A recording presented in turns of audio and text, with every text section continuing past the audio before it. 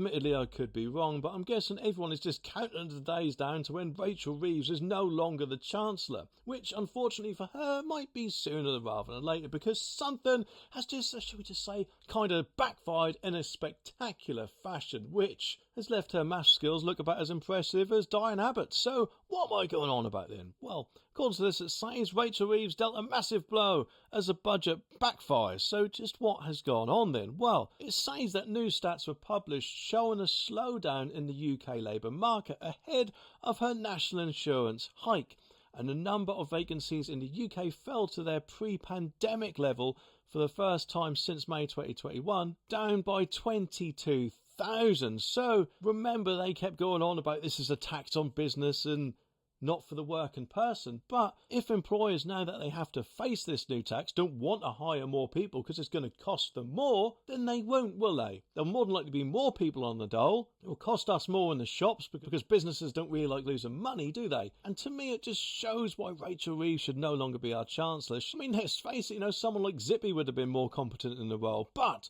it says, meanwhile, the number of payroll employees fell by 78,000 in March, suggesting businesses were preempting the introduction of the jobs tax on April the 5th. So not only are they hiring less people, but they're also appearing to getting rid of people which they surely think they won't be able to afford to keep around because of this employer national insurance tax increase. February's figure for the number of payroll employees was also revised down to show a fall of 8,000, and pay growth remains strong though. However, with her weekly earnings up 5.6% in the 3 months to February, though this is below the 5.8% economists had forecast. So she's even fallen below their, very generous in my opinion, expectations. For let's face it, what she had announced. But just what have the Tories said about it? Well, Shadow Chancellor Mel Stride warned today's numbers show that Labour's job tax is costing jobs.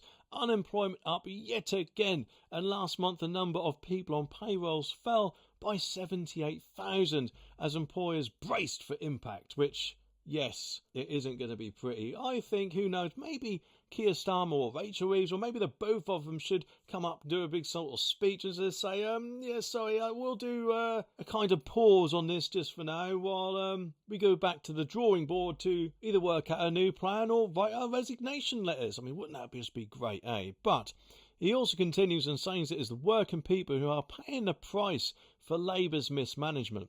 Analysis has shown their jobs tax will leave working families £3,500 worse off, while their employment rights bill will cost businesses £5 billion. Labour's choices mean fewer jobs, lower wages and higher prices. And he does give the Conservatives a little bit of a virtual one of them and says, only the Conservatives understand that it is business and that creates jobs and wealth in our economy. Well, actually, Conservatives, or Mel rather, I think Reform might understand a little bit better than what the Conservatives do at the moment. Either, of course, at the moment it does seem that Nigel Farage is listening a little bit too much, in my opinion, to other people in the party, shall we say, like, I don't know, possibly Zaire Youssef, eh? When in fact he should be listening to his party members, or subscribers, or whatever you want to call them. The Trade Union Congress said the government must act following today's bad news for employment. The TUC General Secretary, Paul Nowak, I hope I pronounced that right, said the government did the right thing to safeguard jobs and we will need more action in the weeks ahead to protect jobs across the country, including measures to bring down the cost of energy. I think Labour actually forgot that was a policy of their manifesto, haven't they? The Bank of England, he says,